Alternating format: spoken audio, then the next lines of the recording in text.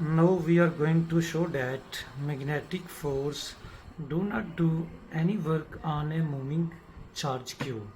Mean if a charge q is moving inside a magnetic field with some velocity v, then the work done by this magnetic force will be zero. We know that magnetic force on a moving charge q is Fb is equal to qv cross b, and let this particle moves through a distance d, a displacement d. Let displacement d is the displacement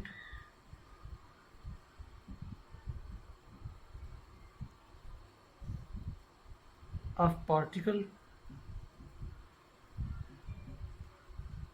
in time t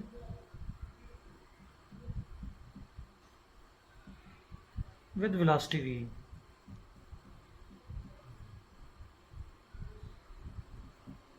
So that v will be equal to d over t, or you can write d as vt.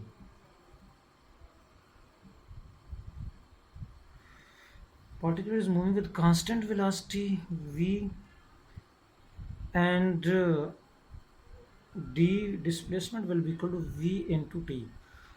Now work will be equal to work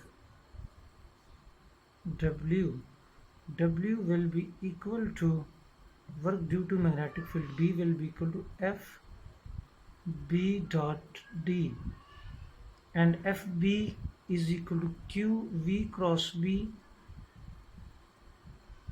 dot D. और इस equation one में अगर आप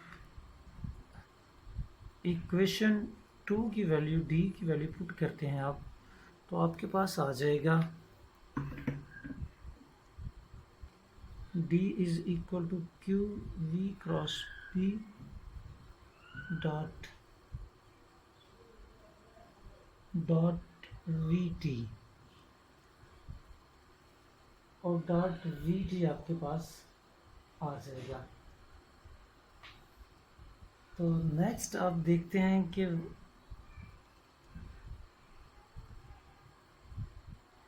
W is equal to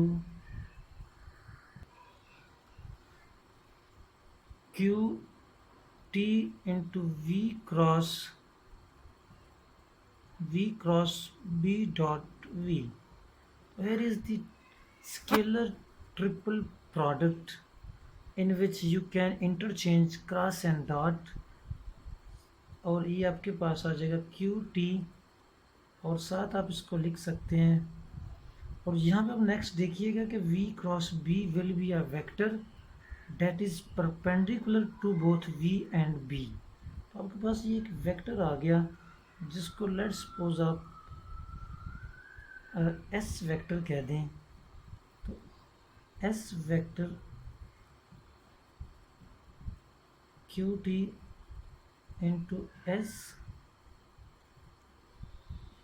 dot v into cos 90, and this will be equal to 0. Mean यहाँ पे आपने s के assume किया s vector is equal to v क्रॉस b, and as s vector is perpendicular to v and s vector is perpendicular to b, so work done by this magnetic force will be 0. Just work नहीं अगर हो रहा तो just basically है क्या कि magnetic force जो है that is pulling the particle from its linear path into circular path. तो इस पे कोई वर्क नहीं हो रहा. Work is equal to 0. जब वर्क 0 है तो इट मीन्स पार्टिकल की एनर्जी भी चेंज नहीं होगी, वो भी कांस्टेंट रहेगी. तो आइए हम इसको भी प्रूव करते हैं.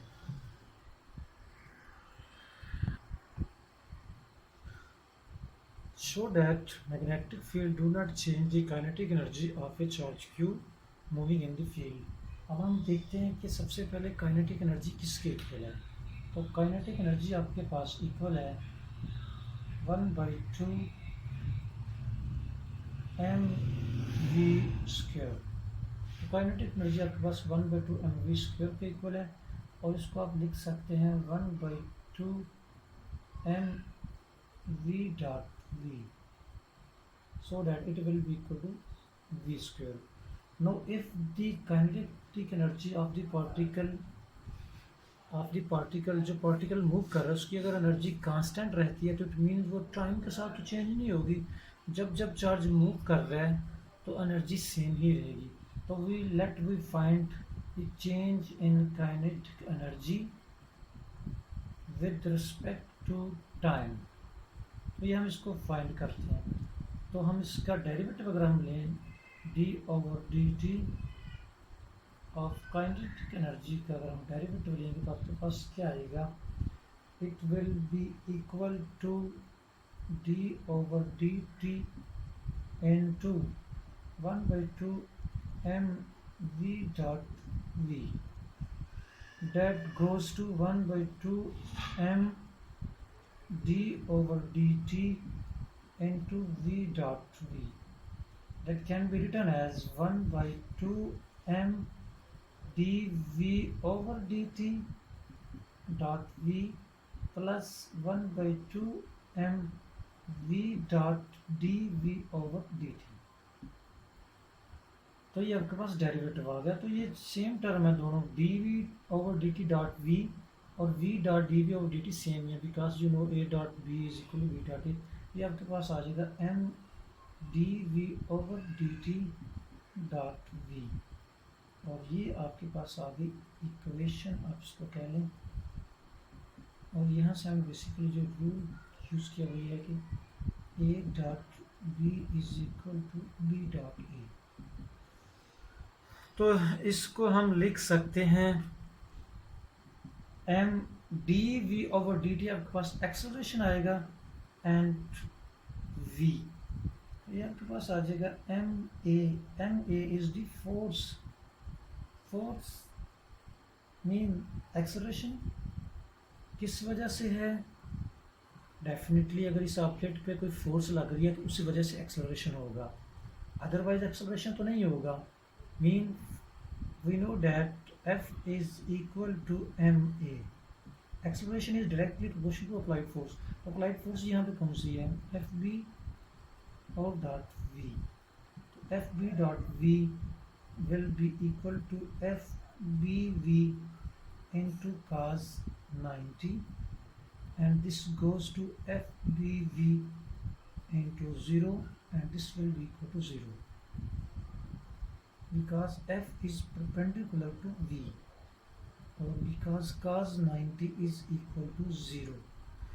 So it means that change in kinetic energy is 0. change in kinetic energy is 0, kinetic energy में कोई चेंज नहीं। तो फिर ये जो फोर्स लग रही है मैग्नेटिक फोर्स, क्या इफेक्ट है फिर इसका, just it turns the path of the particle का पाथ चेंज हो रहा है, बाकी एनर्जी भी चेंज नहीं हो रही, एनर्जी भी कांस्टेंट है। जब काइनेटिक एनर्जी चेंज नहीं हो रही तो फिर पोटेंशियल एनर्जी के बारे में आप क्या कहते हैं ज़रा सोचिएगा।